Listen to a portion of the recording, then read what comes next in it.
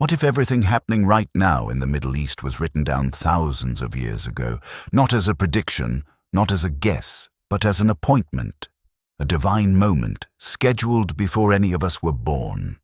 What if the war, the strike, the fall of a supreme leader? What if all of it was foretold in an ancient Jewish holiday most people have never heard of? That is what we are going to uncover right now, and by the time we are done, you will never look at current events the same way again. This is the mystery of Purim. On Saturday, February 28, 2026, the United States and Israel launched a coordinated strike on Iran. The target was the leadership of the Islamic Republic, and by the end of that day, it was confirmed.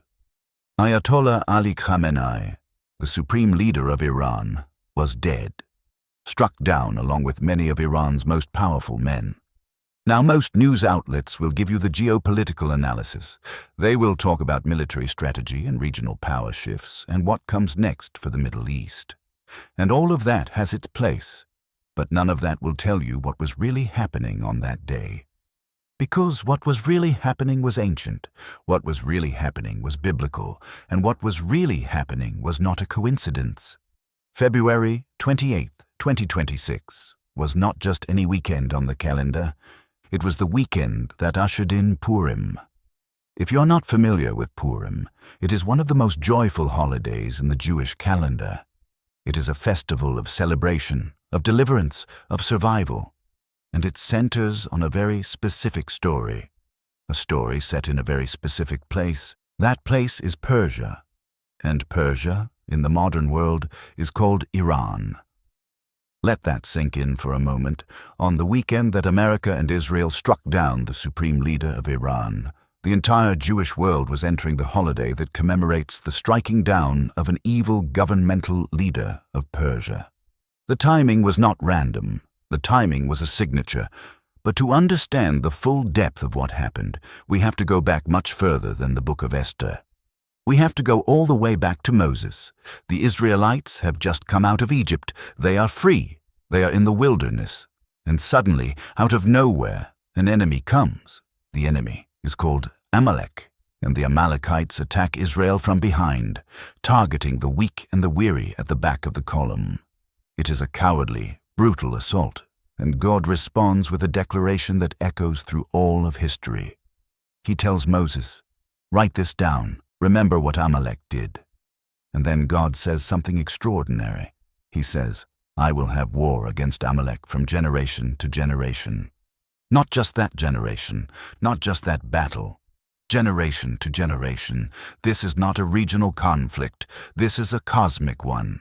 And God says it will continue. Centuries pass. Israel now has a king. His name is Saul, the first king of Israel, from the tribe of Benjamin. And God commands Saul to finish what began in the wilderness. He is to strike down the Amalekites and execute their king, a man named Agag. Agag is a violent, brutal man. He has the blood of countless innocents on his hands. And God says, "End it, end the evil, execute the king." But Saul does not. He spares Agag, maybe out of pride, maybe out of mercy in the wrong place. Whatever the reason, he fails to do what God commanded, and so the prophet Samuel comes. He confronts Agag directly. He says, "As your sword has made women childless, so now your mother shall be childless." And Samuel executes Agag himself. But here is where the mystery deepens. In the window of time between when Agag should have been executed and when he finally was, something happened. We do not know exactly how. But somehow the seed of Agag survived. The line of Agag, the line of Amalek, did not end in that moment. It traveled to Persia. Centuries later in the book of Esther, we are introduced to the villain of the story. His name is Haman. He is described as the most powerful man in the Persian court, second only to the king himself, and the text identifies him with a very specific title. It calls him Haman the Agagite, Haman the descendant of Agag, the descendant of Amalek, the war that began with Moses in the wilderness, the war that God said would last from generation to generation. It arrives now in Persia. in Iran, in the form of Haman. He does what Amalek has always done. He targets the Jewish people for destruction, not just a battle, total annihilation. He goes to the king of Persia and convinces him to issue a royal decree, a legal order for the extermination of every Jewish man, woman, and child in the empire. He even builds gallows, designed specifically to execute Mordecai, the Jewish man who refused to bow to him. But God raises up two people to stop him: Mordecai, a Jewish man living in the Persian court, and Esther, a Jewish woman who has become the queen of Persia without the king knowing her nationality. Together, they expose Haman's plot. They stand in the gap, and in the end, the very gallows Haman built for Mordecai is used to execute Haman himself. The evil Iranian leader is struck down. The Jewish people are saved, and the holiday of Purim is established to commemorate that deliverance forever. Now hold all of that in your mind as we come back to February 28th, 2026. Ayatollah Ali Khamenei ruled Iran for 37 years. He became supreme leader in 1989 and held that position, and in those 37 years, he was the engine behind nearly every major act of terrorism and aggression directed at Israel and at the West. He funded Hezbollah. He funded Hamas. He poured missiles into Lebanon. He orchestrated Iran's direct missile attacks on Israel, and he was the power behind October 7th. The massacre of Israeli fathers and mothers and children and young people at a music festival. None of it happens without him. He built and sustained the apparatus of terror that made all of it possible. He also sought nuclear capabilities, not for energy, not for civilian use. The direction of his regime made his intentions clear. He wanted nuclear weapons. He wanted the ability to do to the Jewish nation what Haman tried to do to the Jewish people in Persia. Total destruction. So when he was struck down on the night of February 28th, the parallel to Haman was not loose or metaphorical. It was precise. An evil government leader of Iran, specifically targeting the Jewish people for annihilation, is struck down on the weekend commemorating the last time an evil government leader of Iran, targeting the Jewish people for annihilation, was struck down. But there is still more. The day of the strike was a Saturday, the Jewish Sabbath, and every Saturday, the Jewish people around the world read from appointed portions of Scripture. These portions have been set for centuries. They do not change week to week based on current events. They are fixed, established long ago. And on that particular Saturday, the Sabbath of February 28th, 2026, the appointed portion of Scripture being read in synagogues everywhere was this: Remember what Amalek did to you on the way when you came out of Egypt, how he attacked the stragglers at the rear when you were tired and weary. You shall blot out the memory of Amalek from under heaven. Do not forget. That was the word appointed for that day, from ages past, set centuries before any of us were born. And on the very day those words were being chanted in synagogues all over the world, the modern heir of that ancient enemy, the man who had spent decades trying to destroy the Jewish people, was being struck down. And there was a second appointed reading for that same Saturday. It was the account from the book of Samuel, the very account of King Saul being commanded to execute the evil king Agag, the account of Saul's failure to do so, and then the account of Samuel stepping in to carry out the execution himself. The entire narrative, the confrontation, the judgment, the striking down of the enemy, was being read aloud around the world on the day it was happening again. Who could arrange that? No human being, no government, no military strategist.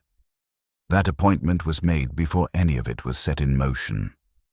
Now here is one more thread in this mystery. King Saul, who failed to execute Agag, was from the tribe of Benjamin.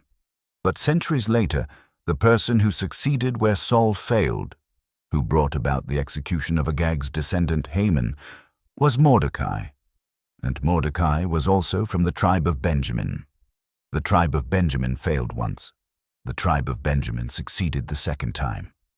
On February 28th, 2026, the leader who authorized and carried out the strike that executed the modern-day Haman, the evil governmental leader of Persia, of Iran, was Benjamin Netanyahu.